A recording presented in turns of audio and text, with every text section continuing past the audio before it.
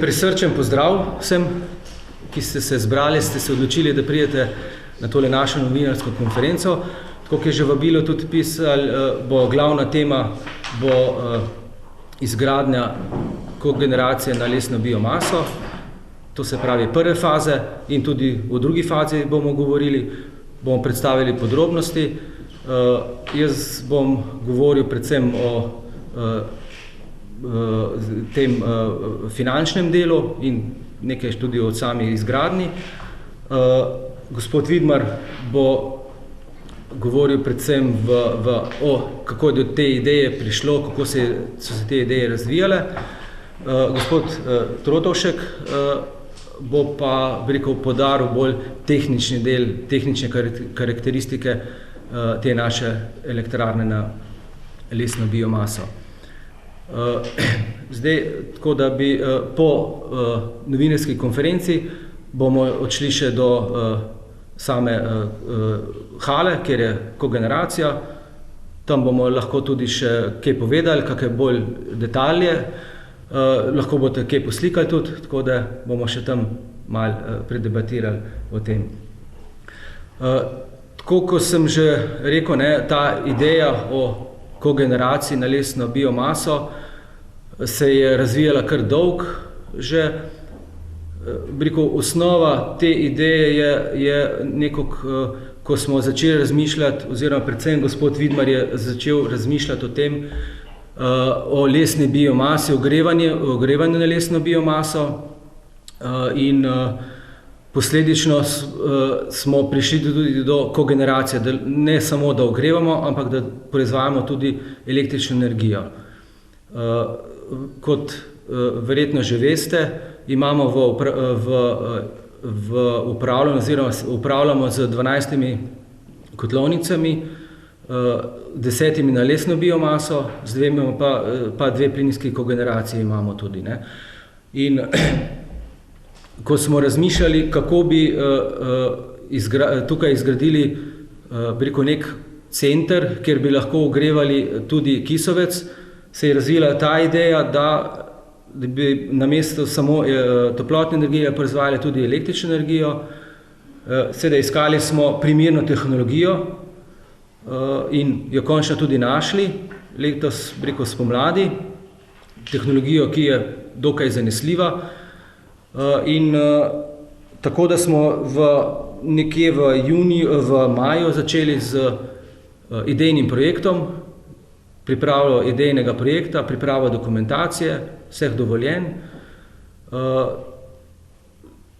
Potem smo začeli z samo izgradnjo, ko smo pridobili vsa potrebna dovoljenja in dokumentacijo, tako da se je to kar hitro razvijalo in smo v avgustu že imeli tehnični pregled, tako da smo v dobrih 3 mesecih izvedli celotno investicijo od samega idejnega projekta do tehničnega pregleda.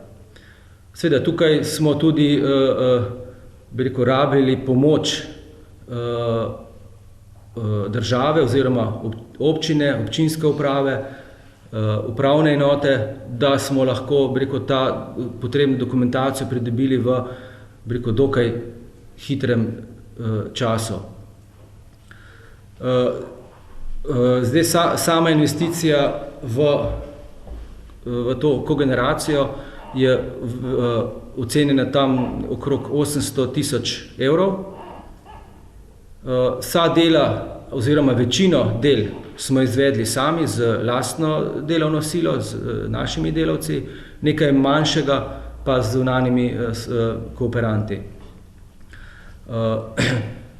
Pri tem je treba poudariti tudi, da smo naleteli tudi na določene težave, ki pa smo jih lahko oziroma v sodelovanju z vsemi relativno hitro reševali. Zato je tudi ta kratek rok izvedbe. Mudilo se nam je pa predvsem zato, ker se je energetski zakon spremenil z 22. septembrom in takrat do tega datuma je bilo potrebno pridobiti oziroma izvesti vsa dela in pridobiti vso potrebno dokumentacijo, da lahko in dovoljenja, da lahko električno energijo dajemo v omrežje.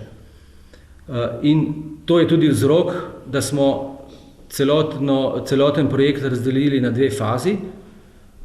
Prva faza je izgradnja 2 enot kogeneracije, v drugi fazi je pa planiranih še 8 enot, s tem pa pridobimo dovolj toplotne energije, da lahko bi ogrevali tudi bloke v Kisovcu.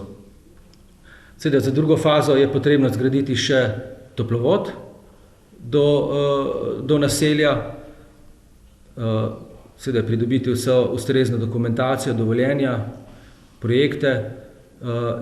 V planu pa je, da to izvedemo do naslednje kurilne sezone. To se do kurilne sezone 2015-2016. To bi jaz zaenkrat zaključil s tem. Mogoče najprej dam besedo gospodu Trotovšku za kakšne tehnične detalje, da jih poudari, potem pa še gospod Vidmar, da celotno zgodbo osvetli z svojega zornega kota. V redu, lepo pozdravljam tudi v mojem imenu. Jaz bi na hitro opisal samo postrojenje, oziroma tako se rekel, postrojenje elektrarne. Zdaj, da ne bo dilema, je to elektrarna, to kogeneracija. Dejansko gre za isto postrojenje, samo drugačno registracija na strani do države. Postrojenje je pa isto. Odločili smo se za elektrarno zaradi 2, bom rekel, dejavnikov. Prvi dejavnik je bila daljša doba odkupa elektrike, ki je v tem primeru 15 let, pri kogeneracijskih postrojenjih je 10 let, in boljša cena odkupa elektrike. Zato je to elektrarna in tudi uporablja se termin elektrarna. Kar se tiče pa samega postrojenja, postrojenje je sestavljeno iz sušilnice, to je standardna Fliglova sušilnica, in modulov postroje elektrarne. Sam modul je razdeljen na 2 dela, sicer uplinjevalni del in motor z generatorjem. Tako da sama zadeva deluje pa tako, da prvo treba pripraviti primerno lesno biomaso. V tem primeru gre za sekance lesnih iglavcev, se pravi smreka jelka, katere s pomočjo sušilnice osušimo na okrog od 6 do 10% vsebnosti vode, se pravi skoraj absolutno suh, na kar te sekanci potujejo preko osipnika v uplinjevalnik, kjer se izvede piroliza, se pravi, da iz teh sekancev pridobimo lesni plin. To se dogaja pri temperaturi okrog 500 stopinj Celzija, tako da je treba potem ta pridobljen plin očistiti in ohladiti. Očisti se ga pač prašnih delcev, pa ohladiti na temperaturo na okrog 70 stopinj. Ta plin gre v motor in motor poganja generator, ki proizvaja električno energijo. Trenutno imamo inštalirana, tako kot je že direktor omenil, 2 modula, se pravi skupne moči 90 kW električne energije in 220 kW toplotne energije. To toplotno energijo v večji meri porabimo za sušenje energenta in za ogrevanje lastnih prostorov, se pravi uprave in trgovinskega centra. Elektriko pa v skladu s pogodbo vso damo v omrežje po subvencionirani ceni. To bi bilo na hitro, kar se tiče tega postrojenja. Če bi bilo še kakšno vprašanje, bi pa potem. Če še gospod Vidmar svoj. Ja, če še jaz par stvari povem, kako je pravzaprav prišel do takšne ideje ali pa v končni fazi do izgradnje elektrarne na lesno biomaso in s tem kogeneracije. Mi smo se precej ukvarjali že za lesno biomaso in pa kotlovnicami na lesno biomaso in tako da smo zgradili, kot je že prej povedal, že 10 takšnih kotlovnic. In seveda ob tem raziskovanju samih kotlovnic smo ugotovili, da se po svetu, predvsem v Avstriji in Nemčiji, že dogajajo tudi soproizvodnja električne energije iz lesne biomase in to, kot je povedal, za proizvodnjo plina in potem v nadaljevanju uporaba tega plina. No, in zaradi tega je prišel do ideje, da takšno elektrarno pravzaprav prvo naredimo tlele pri nas, kar zelo seveda pospeši uporabo te odpadne lesne biomaso, ki jo imamo v Sloveniji res na pretek in pa tudi v Zasavju. Kakšna je to lesna biomasa? To so odpadki lesa iz gozda. To se pravi, ob predelavi lesa v hlodovino ostane določen les in ta les mi uporabimo. Ali pa smreke, kot rečemo, lubadarce, ki niso drugo uporabo in te mi uporabimo kot energent. In seveda ob tem, ko bomo uporabili ta les, kar sem pa jaz videl tudi kot lovcko ali pa kdorkoli hodi po gozdu, vidi, kakšne zaloge lesa je v gozdovih, pride do uporabe tega in pa dela. Tukaj imajo potem ljudje, predvsem kmetje delo, da to pospravijo in lahko prodajo takšen les, ki je drugače ostane v gozdu, pa se gnije.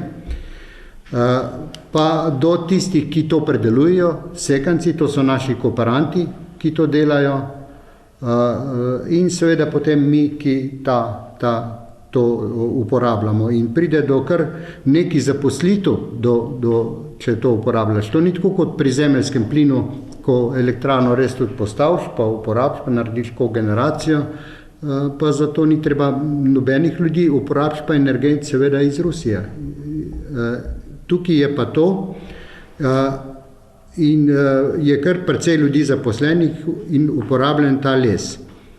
Drugo, kar je pomembno pri tem, je, da je to popolnoma čist energent.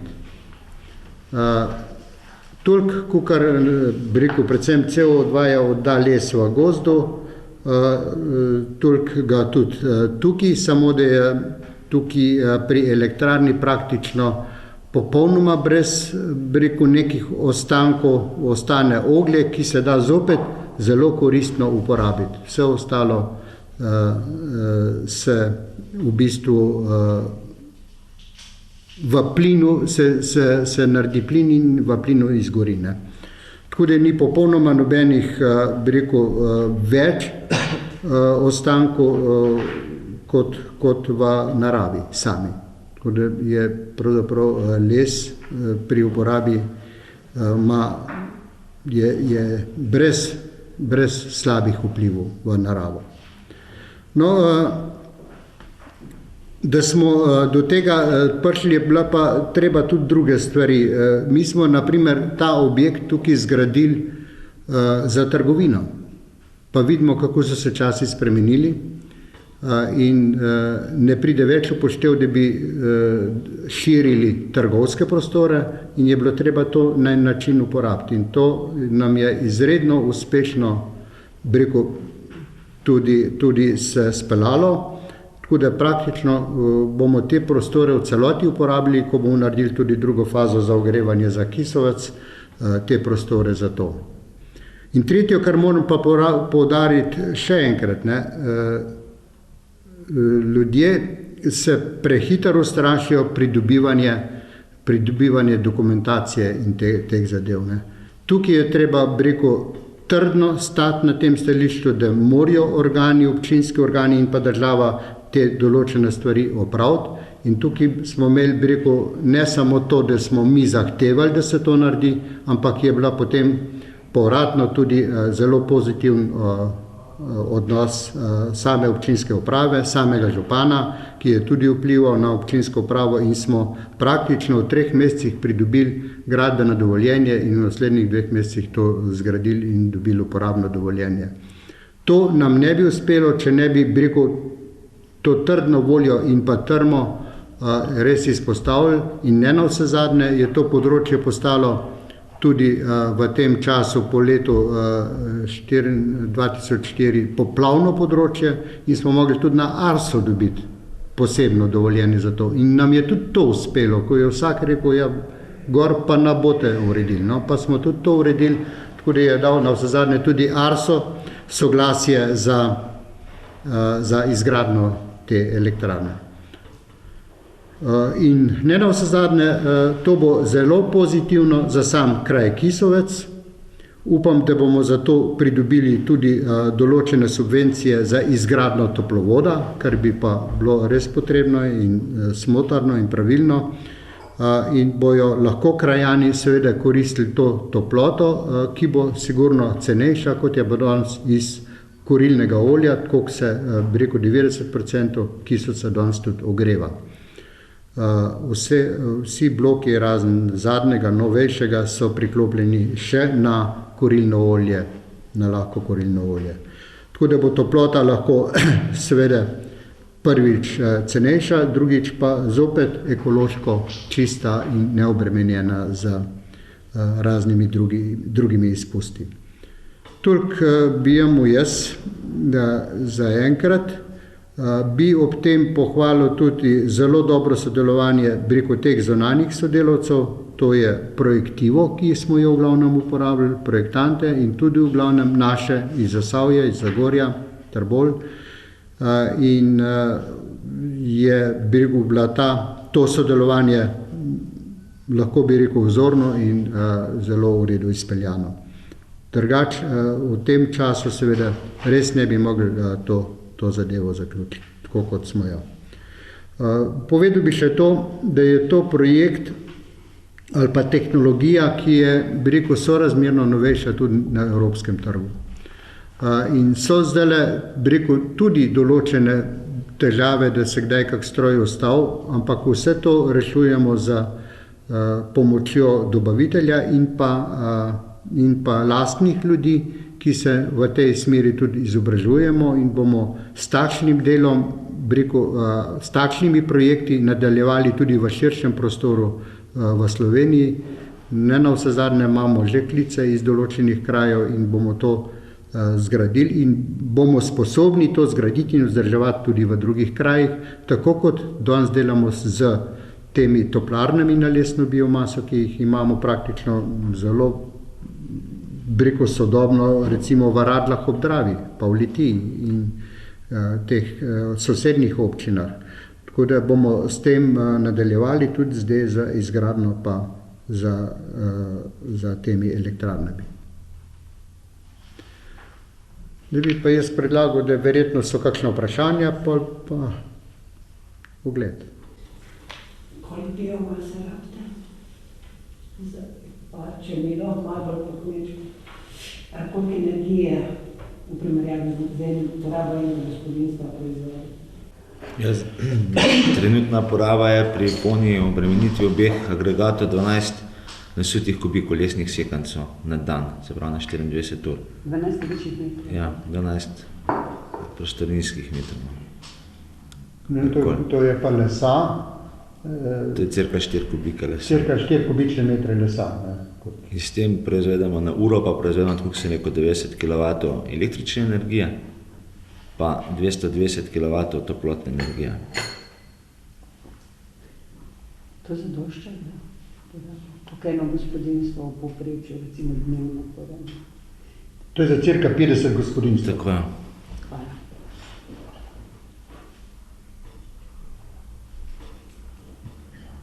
Lesno biomaso pa tudi ustrajamo, tudi rad povedal, predvsem iz zasavskega področja.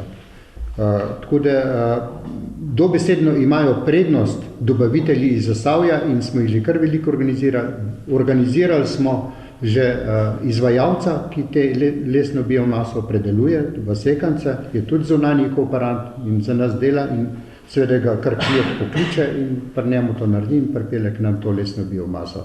Tako da imamo res, rekel, to podporo samemu našemu okolju tudi, ne? Da bojo kmetje lahko to pripravili, ponudili in seveda prodali, zato nekaj dobili. A je tak kooperant iz Zasavja tudi?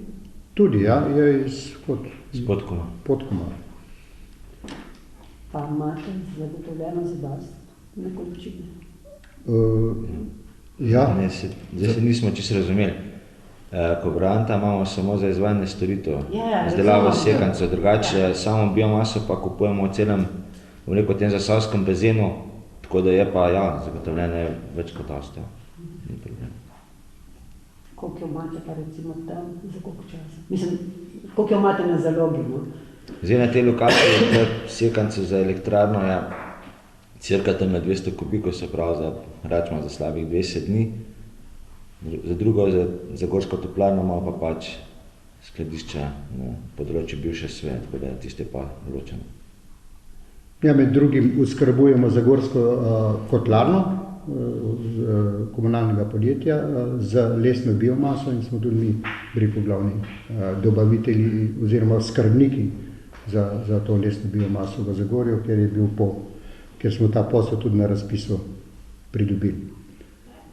Drugače pa tukaj minimalno zalogo, tako da imamo te dobavitelje tako pripravljene, da jo kar bolj, ko ne, se to sproti voz. Ni potrebno tukaj, da bi nekaj mesečno zalogo imeli. S ceno so vsi zadovoljni. Ja, z odkupno ceno. Ja. Vsi nismo zadovoljni. Nam je predraga, njim je pa prepocen. To je tako, ampak z nekim dogovorom se to reši. Tako da jaz mislim, da če ne bi bili zadovoljni, ne bi jo več nam prodajali. Verjetno. Tržne cene. Na trgu pa je tržna cena, recimo kubika lesa tega odpadnega, preden je predeljen sekanc. Tam okrog 13 € je sekanc. Kubik sekanca. To je zdaj zelo tako splošno vprašanje, ker je odvisno od kvalitete, količine. Ne, se je ena povprečna cena. Prav se pa moramo zavedati, da je cena lesne biomase šla v letošnjem letu dol, lansko leto je bila višja. Šla je pa dol zaradi tega, ker je taka ponudba. Kar se pa tiče, verjetno s ceno niso vsi zadovoljni, ampak če bi imeli boljšega kupca, bi pa raje drugemu. Imamo pa dosti ponudbe in verjetno je cena primerna. Za kubični meter sekanca rabiš koliko je? Ni enako kubični meter več. Ne. En kubik lesa je cirka 13 kubike lesnih sekancov. Malo vam je žled pomagal leto. Ja, tako žled je to napravo. Jaz sem troje vprašanj. Najprej bi vam čestitev, ker sem videl to dober projekt. Še posebej, ker ste se naslovili na enega izmed naravnih virov, ki je slovenska konkurenčna prednost. Govorimo o gozdnem lesu. Ampak imam pa troje vprašanj. Prvo, zanima me, kdaj se vam bo naložba povrnila in v bistvu, kaj vam daje, ker vsaka naložba mora imeti tudi svoje ekonomske osnove, skratka, imate najbrž tudi, imate to zračunano. Drugo, posebej me zanima to, kar ste zdaj gospod Vidmar vi govorili, piroliza je v tej sodobni okoljski tehnologiji gre za nove postopke. Tudi v Sloveniji, ne vem, če veste, tudi ZRS Bistra je razvila neke tehnološke postopke pirolize, ko gre za pneumatike, ki jih dajo, skratka jih sežigajo in potem iz tega dela. Skratka, gre za piroliza, je en tehnološki proces, ki je zahteven. Zato me zanima, odkot ste dobili to tehnologijo, in zdaj, ali ta piroliza oziroma ta tehnologija tista, ki vam delo malo povzroča težave. Skratka, me zanima kot izkušnja, ker v Sloveniji ni dost še piroliza uporabljena, koliko imamo mi informacije, razen še lahko poveste malo več o tem. Tretje vprašanje, ki me zanima, ali vam ni bilo potreba napraviti nobene analize o negativnih vplivih na okolje, ker praviloma pri takih projektih naložba je potrebno delati analizo negativnih vplivov na okolje in ne glede na to, da gre pri lesni biomasi za čistejši energent. Nekatere raziskave kažejo, da so tudi tu določeni negativni vplivi. Skratka, to me malo zanima, poudarjam pa pomemben projekt, dober projekt, perspektiven projekt in res gre za primer, ki je za Slovenijo in za prihodnost kogeneracije v Sloveniji pomemben. Če lahko jaz na prvo vprašanje. Ta investicija v teh izračunih, če bo tako delovali, kot smo planirali, pa tako, kot zdaj deluje tudi, planiramo tam 10 do 12 let se ta investicija povrne.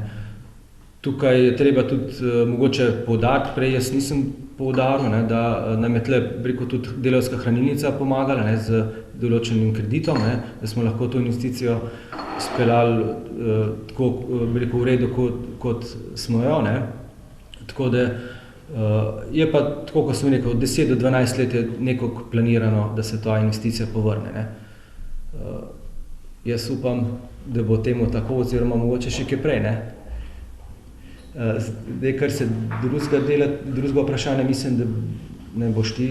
Ja, lahko je, tehnologija je nemška, to je zelo podjetje Španer, tako da je dejansko piroliza, termin piroliza je dosti širok, ne, tako da piroliza pomeni, da je nek zaprt krog, ki nima izpusta. Tle, ta naprava, če ste hotel to vedeti, ni primerna za kurjenje, ne vem, gum, ali pa česarkoli, ampak zgolj lesnih sekacov, ker je tudi tako narejena, kar bomo kasneje lahko videli. Je pa dejansko zaprt krog in te sekanci se pri tej temperaturi uplinjajo, postane aktivno oglje in to je to, zato je nek termin piroliza. Kar se tiče pa izpustov, je pa tle edini izpuh motorja. Tako da v skladu s projektom smo preverili vplive na okolje, ki jih pa praktično ni, ker izpuh motorja je izpuh motorja, ne, in še to v tem primeru plinskega. Zaradi tega ni bilo nekih takih prever po skladu s veljavno zakonodajo in tudi vpliva na okolje. Jaz bi mogoče tle poudaril poseben poudaril, res dober odnos z delavsko hranilnico, ki se je vključila v Zasavje in s temi prvimi stiki in razgovori v Zasavju, v Zagorju, smo prišli z njimi v stik in so pokazali največjo pripravljenost v investicijo tole in zaupanje. Nažalost smo res dolgoletni sodelavci tudi drugih bank, pa tudi domačih, in ni bilo posluha pri drugih bankah. Tukaj je pa bil posluh. Nažalost pa pravim zaradi tega, ker do danes nismo zamudili enega dneva pri odplačilu anuitet ali pa obresti pri katerikoli banki v 40-45 letih delovanja. Skozi smo uporabljali tudi kredite, nismo dneva zamudili, pa za takole investicijo pri drugih domačih bankah nismo dobili posluha, ni bilo posluha. Delavska hranilnica je šla to investirati. In drugo, kar bi rad poudaril, seveda je ta izračun 10-12 let, pa res delamo to, bi rekel, kar tako dosti, kar rezervo, tako kot je poudaril direktor, pričakujemo, da bo lahko tudi kaj manj, seveda lahko se pa zmeri zgodi tudi, da pa to ni. Ampak izkušnje, ki jih imamo za temi toplarnami na lesno biomaso zdaj, imamo pozitivne izkušnje in kvečem bolj uspešno delamo, kot smo pa predvidevali. Tako da smo zelo uspešni na tem področju in upam, da bo tukaj tudi tako. Koliko pa je življenjska doba? 15 let je računano, da to deluje, ne, normalno. Razen seveda servis in vse to, kar... ampak investicija v 10 do 12 letih, ne, se pravi, 15 let je pa nekje realno. Ja, je realno. Seveda pa je treba pa določeno generalno narediti, pa bo to delal še naprej, ne, pričakujem.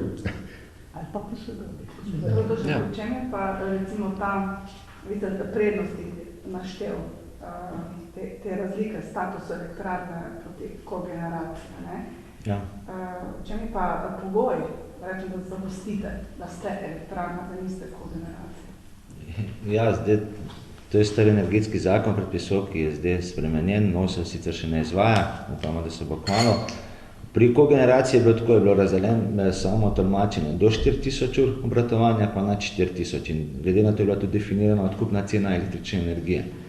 Poleg tega je bilo treba pri kogeneraciji, oziroma SPT napravah, zadostiti dvema pogoji, se pravi odkupu elektrike, kar ni problem, ker je borzen mogel odkupiti oziroma država vso proizvedeno energijo, pa porabi toplote. Te dva pogoja sta bila. Pri elektrarni časovni okvir obratovanja je nepomemben, pa 10 let je bila pogodba za odkup elektrike. Pri elektrarni je časovni okvir obratovanja nepomemben, se pravi lahko delamo 365 dni na leto, s tem, da je pogodba 15-letna, boljša odkupna cena, pa ni kontrole, kako se porabi toplota. Sicer je treba spremljati proizvedeno toploto zaradi izkoristka naprave, to se lahko pa nazaj računa izkoristek, se pa ne spremlja, kam se ta toplota prezirno porabi. To so neke bistvene razlike. Če jaz lahko tukaj sam še kaj glih omenil nov energetski zakon, ne, zdaj za našo drugo fazo, ne, nismo še veliko o njej govorili, če lahko samo tukaj, ta naša druga faza je tudi odvisna od razpisa subvencij, ne, za prodajo električne energije. Ne. Mogo bi biti razpis že od zunaj, ne, to se pravi, mislim, da oktobra, pa ga ni, ne, in tudi noben ne ve, kdaj bo, pod kakimi pogoji, ne, tako da tukaj pričakujemo tudi nek boljši odnos države do takih stvari. Težko se mi nekaj investiramo, če ne vemo, pod kakimi pogoji bomo nekaj nazaj dobili, ne, recimo. Ne. Tako da tukaj je res, mora država narediti tisti svoj del, ko je njena dolžnost. Ne. Mi bomo pa že svojega naredili, tako kot smo ga zdaj tudi. Ne. In prevzemamo nek rizik, ne. Se pravi, zakonodaje ni, mi pa moramo to že zdaj pripravljati, drugače takrat ne bomo imeli pripravljeno, ko bo pa razpis. Ne. Ker mi že zdaj pripravljamo idejni projekt, imamo narejen že, ne, tako da določene stvari že tudi naprej pripravljamo, ko so določeni stroški, že investiramo v drugo fazo, pa ne vemo še, ali bo sploh ali ne bo. Ne. Ko smo zdaj že prišli, no, ko lepo do druge faza, ne, ste naredili mogoče kakšno povpraševanje med ljudmi, bodočimi potencialnimi odjemniki, ki so pripravljeni, pa za koliko nižjo ceno toplotno energijo boste jim ponudili? Ja, to je glih, najprej moramo imeti idejni, oziroma ta idejni projekt zdaj imamo, da lahko nekako vrednotimo, kakšna bo investicija. Po drugi strani moramo tudi dobiti neko informacijo od države, po kakšni ceni bomo lahko prodajali električno energijo. Ne. Posledica tega je tudi pol cena toplotne energije, ki jaz mislim, da bo sigurno dosti ali pa nižja, kot pa je zdaj. Glede samega intervjuja oziroma povpraševanja pri stanovalcih, nekaj je bilo že narejenega, nek interes obstaja, je pa tako, ne, če imaš ti dve možnosti za isto stvar, pa isto kvaliteto, pa kar je cenejše, normalno se boš odločil za cenejše. Ampak ta vstop, konkurenca, ne, na trgu, ki bo, to bo brez, ne pričakujete nobenih težav, recimo, ne, ker, ne vem, to lahko kurilno olje, pa ta podatek, da 90% stanovanj, gospodinjstev, ki se ogreva na lahko kurilno olje, ja. Nima občina nobenih dogovorov, dolgoročnih, nič, koliko je bilo recimo s plinovodom, ne. V bistvu občina ima dogovor s plinarji. To imajo, vendar tukaj se nihče na plin ni priklopil. Ne. In zdaj mislim, da občina, zdaj ta koncesija itak poteče v naslednjih letih, 2-3 letih. In občina, bi rekel, tukaj nastopa, kot da že lahko delamo toplovod na druge energente. Ne. Gradnja toplovoda, ja. Je to v okviru te vaše investicije? Ja. No, tukaj treba še nekaj za stanovalce poudariti. Ne. Zdaj, kar nekaj kurilnih naprav v teh blokih je dotrajanih, potrebna zamenjava, ne. In to je tudi strošek za stanovalce. Ne. Zdaj, če bomo mi pridemo s toplovodom do njih, odpade preko zamenjava kurilnih naprav, nimajo vzdrževanja, se že tukaj znižajo stroški za stanovalce. Ne. Preko so neko brez skrbi. Ne. Trenutno razmere, recimo, koliko vi sebe ceneje ogrevate tukaj, ne, te prostore na biomaso? Cena obstaja, ne, koliko cenejš? Ja, to je odvisno od več dejavnikov, tako kot sem rekel, tudi kakšna bo investicija za toplovod, ne, to je težko zdaj reči, ampak računamo tam 10% sigurno bo cenejše. No, jaz sem bolj optimist. Mislim, da bo več cenejše, ker energija proizvodna na pragu stane 140 € megavatna ura pri kurilnem olju. Mi bomo sigurno lahko primerno cenejši, tako da bojo ljudje zainteresirani, da se bojo preklopili. Težko pa rečem zdaj, ker bo pa seveda vse to odvisno od teh dejavnikov, ko smo zdaj govorili.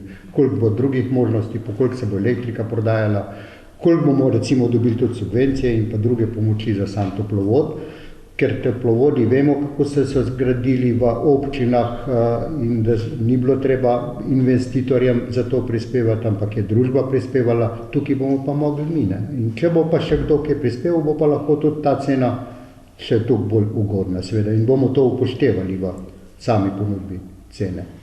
No, jaz tudi nisem hotel, nek točnega ali pa bolj, radikalno ceno povedati, ne? Ker če recimo, da boste napisali, da bo 30% cenejši, nas bojo vsi držali za rokav in cukali, ja, ni bila takšna, vi ste pa rekli, da bo. Ne? In tako, da je treba določeni izračune narediti in se tudi stanovalci pogovoriti in pol, jaz mislim, da tle ne bo težav s samimi priklopi. Ne? Zgornjo ceno povemo, pa spodnjo pa še. Lažje pa reči, obljubljali smo vam 10%, imate pa 20%, ne? Cenejšo energijo. Ne? S tem, da kar se je prej povedal, oni nimajo nobenega stroška za investicijo, tako kar bojo mogli zdaj v glavnem korilnice menjati. Pa poleg tega, da je proizvodna cena 140 € potem, ne? Tudi če zamenjajo, pa bojo mogli menjati. Ali so to samo iglavci, je kakav omejitev, mislim, za vas pravite dovolj biomase, mi pa vemo, da to okrog so ne bolj kot ne mešanje, oziroma listovci. Ja, vse listovce pokurimo na področju komunale, se pravi za mesto Zagorje, iglavce pa tle, ampak iglavce čez zaradi samega postopka, ker je več lesnega plina v iglavcu, zaradi tega so iglavci bolj primerni. Iglavci so bolj primerni, drugače bi pa lahko tudi druge lesne mase. Ampak imamo mi to korilnico v Zagorju in pa vse ostale naše, ki so samo korilnice, na biomaso pa lahko uporabljamo vse. Tukaj pa bolj primerno, je pa bolj primerno ta celulozni les. Mogoče še ta socialni vidik, ne? Prav, da kmetje imajo delo, predelovalci, vi, koncu, uporabniki, koliko recimo pa je za eno tako investicijo posrednih in neposrednih delovnih mest. Jaz sem teh pri vas, ki ste jih verjetno odprli, gospod Protošek, po moje nova delovna sila, ker ga od drugod poznam. Bom jaz povedal, jaz mislim, da je recimo za eno takolo proizvodno pa tukaj tega tam okrog 4-5 ljudi, 4-5 delovnih mest in od teh, ki v gozdu pospravljajo, predelujejo, sam pripeljajo. In pri nas, ki sta najmanj, je on pa še en vzdrževalec, ki na tem dela, sta že pri nas 2 delovna mesta. Bi pa to rad poudaril, zanimivo je to, kar sem že tudi poudaril, gospoda Trotoška, izredno sposobnega, ki je te stvari pri nas vod in je v sorazmernem kratkem času uspel priti do tega. Prej bil pa pri nekem podjetju, ki vemo, kje pa so to delali, pa se s tem ukvarjali, pa niso nič naredili. Ne? Mi smo pa sorazmerno hitro to naredili in je treba znati ljudi z določenim znanjem pa interesom seveda izkoristiti in zadevo speljati, kar pa ni bilo od njega odvisno, ampak tistih, ki so bili malo višji od njega najbrž. Mene pa zanima, je ta investicija, ki je subvencionirana ali je vse lahko? Ne, električna energija je subvencionirana. Odkup pa? Odkup, ja, samo pa ne. Še en vprašanje, če smem, ker so vsi, zdaj po eni strani razburjamo na te omejitve, meritev prašnih delcev, pa da drva so poleg prometa, tisti glavni krivec za povečanje koncentracije. Vi pa pravite, da pri 500 stopinjah Celzija očistite prašnih delcev. Vse te izpuhe enostavno jih ni. Mislim, zdaj se postavlja vprašanje, a je možno to na širšem območju, 100%, ker smo degradirani, pa 8 še ostalih v Sloveniji, kaj več ni, recimo, tega, kako vi ocenjujete, da enostavno dopuščamo majhnim gospodinstvom, da vsak kur po svoji vesti, da rečem drva. Potem imamo pa se pravi občine problem s PM10 in tako naprej, nenehno. Če se pa da recimo na tak način očistiti? Ja, tle gre dve različni tehnologiji, tudi tle je uplinjanje, ne, tam je pa kurjenje lesa, ne, in tam so določeni prašni delci, ne. Zdaj se zakonodaja nekako omejuje, oziroma mora tako prodaja peči, mora imeti nek certifikat, da ima te prašne delce omejene, ne, ampak tudi ti certifikati vidimo, da niso čisto tako, ko bi mogli biti, ne, da ni dejansko stanje na terenu takšno, ko piše tam v certifikatu, ne. Ne, mogoče... Problem je v starih dotrajanih pečeh, na katerih ni kontrole. Ja. Vse nove peči, bom rekel, imajo vse to urejeno in nimajo izpustov teh PM10 delcev oziroma česarkoli, ker to se da rešiti, ampak stare dotrajane peči pa imajo, ne, in teh je pa težko prepričati, da naj menjajo za novejšo tehnologijo. Tudi zdaj vprašanje za gospoda Vidmarja, ko ste rekel širjenje, ne, pa po mojem bi prav za ta degradirana območja, krasen ponudnik, no, ne vem, pa kar pri sosedih Trboveljčanih, da vprašam. Pa v Hrastniku tudi, ja. Ker nam ni uspelo pridobiti, ne, in je preko z določeno protekcijo so prišli drugi noter, pa smo mi kandidirali. Jaz bi tako rekel, je, tako je bilo že prej postavljeno vprašanje, piruliza ni nobena, bi rekel, neka nova iznajdba. Ne.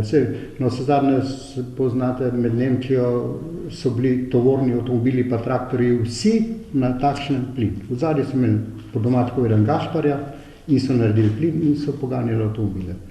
To je bilo vse znano, ampak bi rekel, pol je to malo zaostalo, se ni razvijalo naprej, zdaj ko pa je taka potreba seveda in podpora takšnim obnovljivim virom, kot je gozd, se je pa to zopet razvilo in je tehnologija takšna, da se da zdaj uporabljati in da je tudi ekonomsko najbrž upravičena. Ne. Mi bomo to sledili pa razvijali naprej. Kar se pa tiče teh prašnih delcev, je pa te stare peči seveda so za zamenjati. Ta nova tehnologija v teh pečeh, ki jih pa mi delamo tudi na lesno biomaso in pa ogrevanje brez kogeneracije, so tudi sodobne peči in je praktično skoraj, tam bi pa rekel skoraj brez prašnih delcev, ne pa tako kot je.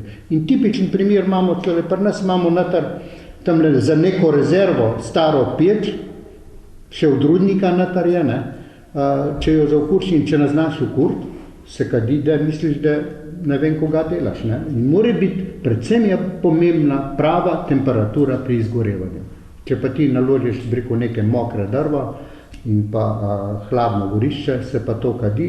In tlele, če pogledate gor proti Pšohtu, rečemo, ne, misliš, da je gor neka tovarna, tukaj se kadi, kdo, ko je en za okur. Tukaj pri nas je pa praktično brez dima edini izpust je izgorevanje plina v samem motorju. To je edini stres, je totalno brez, tako da se ljudje so tle v Kisovcu spraševali, kako to, se še ne dela, ne, ko smo že cel med delali na začetku. Se še ne dela, se nič nakadi, počakajte, da bo začel ukurt, boste videli, ko se ukadili, ne. Mi smo pa že cel med delali. Zagledamo nas rekli, kako je ukurt, da se nič nakadi? Ja. Za koliko gospodinjstev predvidevate v tej drugi fazi, da bi ogrevali? Ja, tle bi ogrevali vse te bloke v Kisovcu. To se pravi, ne vem, koliko je gospodinjstvo, to pa, da ne vem, je v... 300 do 500 gospodinjstvo je verjetno, ne, vsak, če 30 stanovalcev, 13 blokov pa je v Kisovcu. Individualcem ne bi bili? Bomo dali možnost. In bo pripravljeno tako, da kakor bo interesa v glavnem. Vemo pa, da za individualne bo malo manj interesa. Ne. Vsak nekaj svojega pa darle, tako naprej. Bomo bili. Možnost pa bodo imeli. Pač za vsak tle potegnemo do bloka en toplovod, ne? Za tako kokavijsko, ja. In je malo večja investicija in verjetno se tudi ne bojo odločili, ali pa zelo redko za privatna, za hiše stanovanjske, ne. Tako da bo glih njim šlo, ne, pa bo... Tudi vsi nimajo gozdov, ja. Da bi svoj... Ali pa če nekdo bo mogel zamenjati peč, ne, bo že preračunal, kaj se mu bo izplača novo peč ali priključi se na toplovod. Če 50 delcev bomo zmanjšali. Ja, ne. Ja. Vsi verjetno plinovod so se tudi, ne vem, priključke naredili, pa nikoli priklopili. Ja, seveda. Ja, Imaš pa alternativo, ne? Ne, saj tudi v enem bloku je prav, mislim, da je približno polovica sploh ni priključenih imajo svoje ogrevanje, ni priključenih na peč, ki je v kotlovnici, ne. Zaradi kakšnega razloga, verjetno ne, ekonomskega, ne. Zdaj, ne vem, če jaz prav računam, ne, ker to je zdaj tako po moji logiki.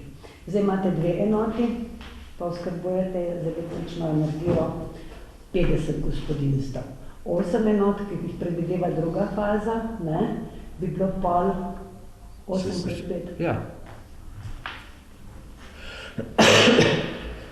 Tukaj je toplotna energija, recimo pri 100 kW elektrike je cirka 200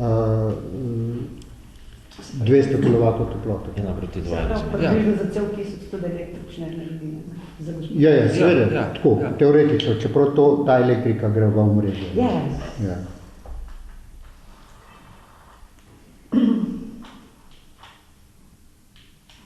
Še kakšno vprašanja? Če ne bi šli mogoče kaj pogledati, da tam še kako rečemo. Jaz bi na 2 izjavi na kratko. Lahko je. Pa ne vem, prej ali pol. Po želji. Lahko prej mogoče, ne? Ja, pa videla bo pol še biti. Da, pa mogoče pol, da se tam še kaj vidi, še kako dodatno vprašanje.